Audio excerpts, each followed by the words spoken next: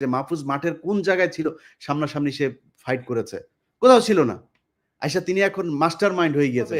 ওই যেই মব শুরু হয়েছিল ছাত্রদের সামনে এখন রাস্তা একটা অনেক ছাত্রদেরকে কোণঠাসা করে রাখা হয়েছে। ইভেন হাসনাত সার্জিসও এখন কোণঠাসা এই মাহফুজ আর আসিফদের কাছে। তারা এখন ক্ষমতার ভোগ করার মধ্যে আছে। প্রাইভেট ইউনিভার্সিটি, এই যে north south university, BRAC university, এই ইউনিভার্সিটিগুলোর কত ছেলেপেলে মারা গিয়েছে। একজন প্রতিনিধি আছে সেখানে? মাদ্রাসার স্টুডেন্টরা মারা গিয়েছে, তাদের কোনো প্রতিনিধি আছে?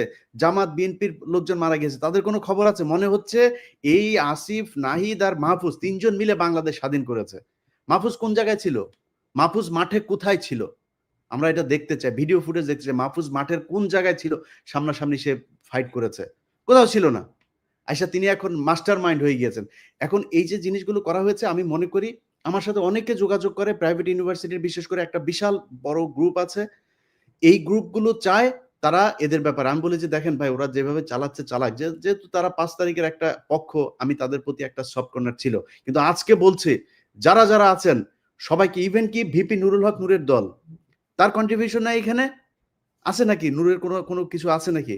আমি বলি ভাই, আমি আমার কথা বলি, আপনার কথা বলি, বলেন কষ্টের কথা আজকে বলি। আজকে যেহেতু আলোচনা এসছে নতুন করে, আমার নামে মামলা আছে, এই মামলাগুলো সরানো উচিত না? এমন কোন উপদেষ্টা কেউ ফোন করেছে আমাকে এখন পর্যন্ত যে ভাই কি হয়েছে, কোথায় আছে আপনার মামলা? আসিফ নজরুলের ওই নারী কেলেঙ্কারি করব, তখন আসিফ নজরুল ফোন করে, ইলিয়াস আপনার কি কি আছে আমার একটু দেন। আরে বেটা, তোর কাছে আমার দেওয়া লাগবে কেন? তুই আগে চাইছিস আমার কাছে? আগে চাস নাই কেন? আগে যদি চাইতি তাহলে তোর আমি দিতাম। এরপরে আজ পর্যন্ত কেউই করে নাই, কেউ করে নাই। আমরা এটার কোনো পক্ষ না?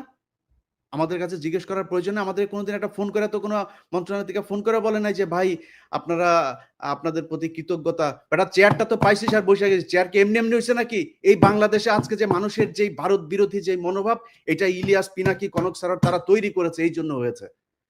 এত সহজে আসে নাই। যেই সময় আপনারা কথা বলতে পারেন নাই, যেই সময় কনক স্যারের বোন জেলখানায় ছিল, সেই সময় আপনারা কই ছিলেন? কোথায় ছিলেন? কি ছিল? একটা পোস্ট করতে পেরেছেন ফেসবুকে? এখন মুখ বড় করে অনেক বিএনপির নেতাও বলে ফেলেন যে বাইরে বসে কিছু মানুষ খায়া দেয়া কাম পায় না। এই কথাটা 7 মাস আগে বলতি, তাইলে বুঝাইতাম। 7 মাস আগে বলিস নাই কেন? তো আমি মনে করি বাংলাদেশে সবাইরে তো ঢালাওভাবে বলা সম্ভব না। জামাত, বিএনপি, হেফাজত, এই প্রাইভেট ইউনিভার্সিটি, পাবলিক ইউনিভার্সিটি, এই যে এখন দেখেন যেখানে যাচ্ছে তারা মার খাচ্ছে। কারণ কি? কারণ ওই পক্ষটা তাদের এই কার্যক্রমকে পছন্দ করে না। সো আমি মনে করি তাদের কালকে থেকে যেখানে যেখানে, সময় টিভিতে এখন পর্যন্ত খুনিরা বসে অফিস করে। ভাই খুনি কেমনে অফিস করে? তা বলেন তাইলে যে কেউ মারা যায় নাই। আপনি হত্যা মামলার আসামিরা আপনি অফিস করতে দেন। এটা কোন ধরনের নাটক? আশিক রহমান, এই যে আরটিভির হত্যা মামলার আসামি, কই?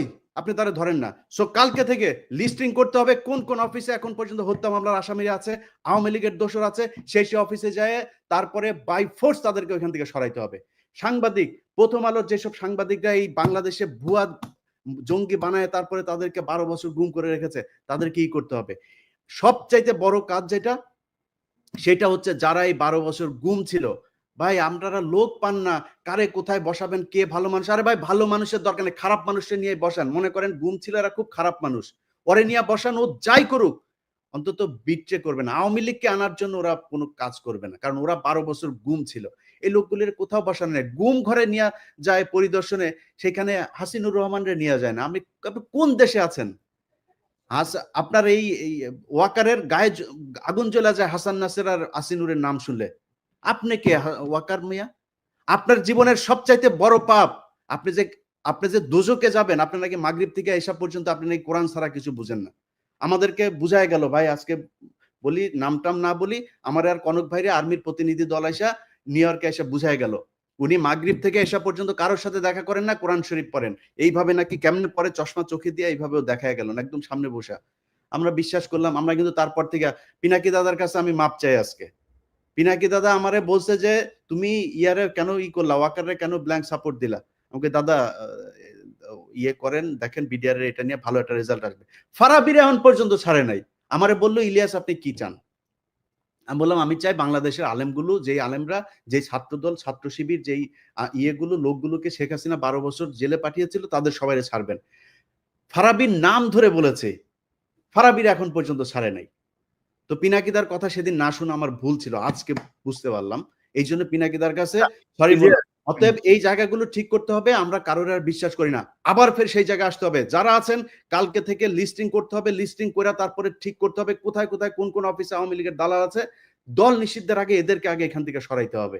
নাইলে যারা এখন এই যে আওয়ামী লীগের লোকজন দেখেন, বিএনপির ভাই এবং জামাতের ভাইদের বলি, তারা এখন আপনাদের দলে যাওয়ার জন্য পারাপারি করে না, কালকে দেখবেন সবার আগে আপনারে ধরবে। অতএব জামাত বিএনপি কোনো দলের মধ্যে কোনো ভাগাভাগি নাই। আপনাদের ভেতরে রাজনৈতিক সমস্যা থাকবে, খুনোখুনি হবে, মারামারি হবে, সব হবে। এক জায়গায় এক হইতে হবে, সেটা হচ্ছে আওয়ামী লীগ বাংলাদেশে কোনোভাবে পুনর্বাসিত হইতে পারবে না। ব্যাস, এই জায়গায় আর কোনো কিছু নাই। সবাই প্রস্তুতি নেন, আবার বিপ্লব শুরু হবে ইনশাআল্লাহ।